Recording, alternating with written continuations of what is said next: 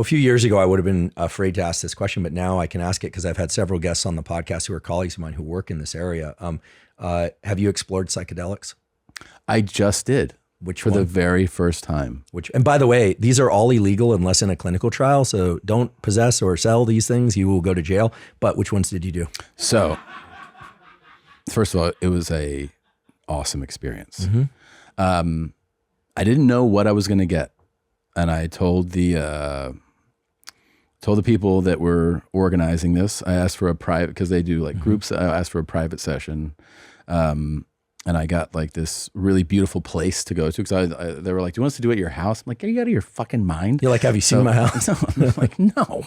And I have kids, and I'll be like walking around the house. I was like, "What's up, boys?" Yeah. So well, imagine what your kids would be doing. Oh yeah. They'll be like, "Dad's being fucking weird." So I got this beautiful place, and then I still had there, and then they say, and I agree with this, that to go into it with intention, right? Like that's like kind of like, if you're not going to do anything, at least do that. Go in. Don't just go like, I want to feel some shit. Like have an intention. Right. So I shared that, which, I won't share, but I shared what the intentions were. And then I asked them like, what am I going to get? And they go, we found that it's best to tell you afterwards. Really? Yes. Wow. So I've never heard of that. Well, this is like, I'm not saying it's wrong. This is like the week in advance. I see. Right. Then like the day of, they go, we're going to give you this first. And it's an African plant called Kana. Okay. K-A-N-N-A. Oh yeah. That's so you have neuromodulators, dopamine, serotonin, acetylcholine, et cetera. They do a bunch of different things all over the brain and body. But Kana increases serotonin. I think it's a serotonin dump. It is, which is a lot like what psilocybin does. It is. So, yeah. But the thing about this particular, it says specific. It looks like dopamine also. So MDMA stimulates dopamine and serotonin release. Well, they call this one the love one. Yeah, it sounds like an empathogen, which MDMA is, and Kana is a very interesting compound. Well, I wasn't just done after that, buddy. Oh, that was just that was the base coat. Yeah. Then comedians go hard into the paint. Yeah. Then I got a second dose of Kana, and then they were gauging me because I got a place where I could separate from them, but they were just kind of like supervising. No, well, I actually went into a room that had a set up light show on the ceiling and a speaker that was playing like a playlist of like chants and music, and I went into a really good place with this. And then they were asking me, they were like, do you want to, like, how do you feel? Do you want to just like go down, or do you want to, like, do you feel like you want to take this further? And I was like, rocket ship, let's go. Yeah. So then I got the psilocybin, and that was prepared in a chocolate that also had ayahuasca. Oh yeah. Wow. Okay. So I did that. Wow. And then I was just like, you were out there. Yeah. It was pretty great.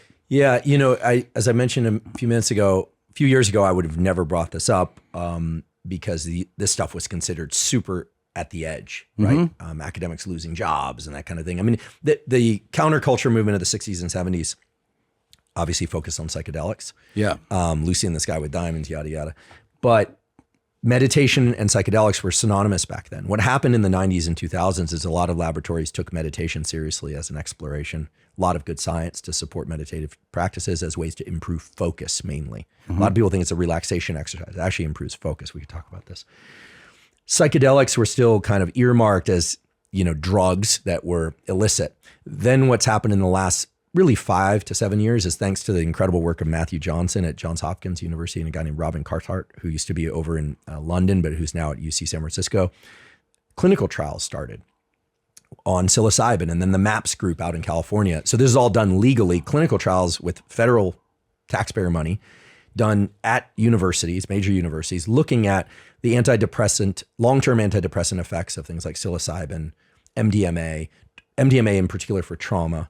And the data are astounding, right? 66% of people who do, these 2 MDMA sessions spaced appropriately in conjunction with a clinician, you got someone there to support them, show, long-term depression relief, this kind of thing. We did an episode with a guy named Dr. Nolan Williams, who's one of these incredible doctors at Stanford. He's a triple board certified neurologist psychiatrist who's doing work on ibogaine. There's another psychedelic, psilocybin, all the various psychedelics. And he really emphasized, that obviously kids who are developing should stay away from this stuff. I would say, before you're 25, you might want to think seriously or really, reconsider, because the brain is still plastic. But what's very clear is that these compounds, they provide a dump of these neuromodulators like dopamine or serotonin in particular ways. And in those very unusual states of sometimes hallucinations, but different modes of thinking, the brain learns new associations. And on MDMA, people can see something that is very traumatic that's been looping in their head or that they've been hiding from themselves and see it from a new perspective. Yeah. And and this is really important. People think that everything that happens, it happens during the psychedelic session, but that's just the opening of neuroplasticity. Neuroplasticity is just a process. The question is, where is it directed? And so here's the double-edged sword. If someone takes psychedelics and just pays attention to the music that they're listening to, there might be a few insights there. But it is sort of it's a waste of plasticity, if you ask me, because there's a real opportunity to ratchet through some of the more challenging things. You can use an intention. Other times people will just kind of let what comes up come up through the subconscious, like the Freudian psychoanalysts would have done. I'm very direct about this. I did psilocybin and some LSD when I was in high school and college. Completely regret it. Did not have good experiences. Some weren't bad, but had some bad experiences. Just do not recommend it at all. Why? I just wasn't intentioned about it. I wasn't in a place to really make sense of what was going on. Mm-hmm. And I think that the brain is so plastic until about age 25 anyway, that there's a lot of good work that can be done through just insight, hard work, et cetera. As an adult, I've done 3, in conjunction with an MD, 3 different MDMA sessions, each of which was very different and each of which really helped me move through a lot of forgiveness, a lot of being able to feel. I used to be able to feel things like in my head, I could have emotions, and waist down I could feel, but my body didn't feel like a coherent whole when I'd have an emotion. And I was really good at packing down emotions. Yeah. And then, and they erupt one way or another. Right? Yeah. So that all largely got resolved. I'm far from perfect. I always say I have 3,000 pet peeves and about 3,000 flaws to match those pet peeves. Mm-hmm. So they go hand in hand. And then the second session was just, I finished it out. It was very mellow and it was just all about acceptance. And then the third session really was a deep dive into some complicated stuff that I've been trying to navigate more recently. And I would say in every one of these cases, it matches exactly what the clinical literature shows, which is that people gain new insight in positive ways that allow them to be more empathic towards others, but more importantly, more empathic towards themselves. So again, this isn't, I don't want to send people off to get these things. Obviously, I would enroll in a clinical trial. As an academic, I have the responsibility of saying, if you want to do this legally, I would enroll in a clinical trial or go to a place where it's legal and work with a physician. And don't look at these things as magic bullets, but rather opportunities to do better work. They're a little bit like performance enhancing drugs, in the sense that, do I recommend people take anabolic steroids? No. But if you're really into fitness and you've already successfully reproduced, and you're in your mid to late 40s and you're thinking about taking low dose testosterone, you can do a lot more exercise. Yeah. If you just take it thinking it's going to replace the exercise you would have done, forget it. And again, that has to be done safely too, in conjunction with an MD.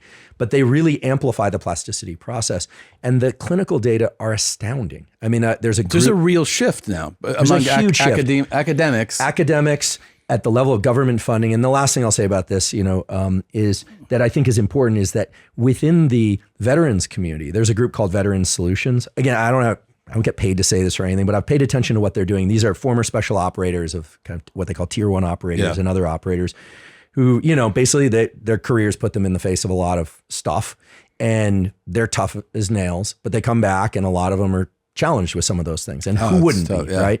And so I went to an event that Veteran Solutions put on Veterans Day last year, and Coronado Island, which of course is the home to BUDS and SEAL team training. So you got a lot of tier 1 operators there. You also had, I won't name names, but you had far right politicians and far left politicians on the same stage talking about the benefits of, responsible use of psychedelics as therapeutics to offset the enormous wave in suicide that's been happening in veterans. And so you look at that and you go, okay, that's one very important community, but there are other communities like this. And this is the one place where I see, partisan politics actually meeting in the middle. Sure. It was I couldn't believe it. Yeah. Governor Rick Perry was there talking about heart medicine. I was like, what?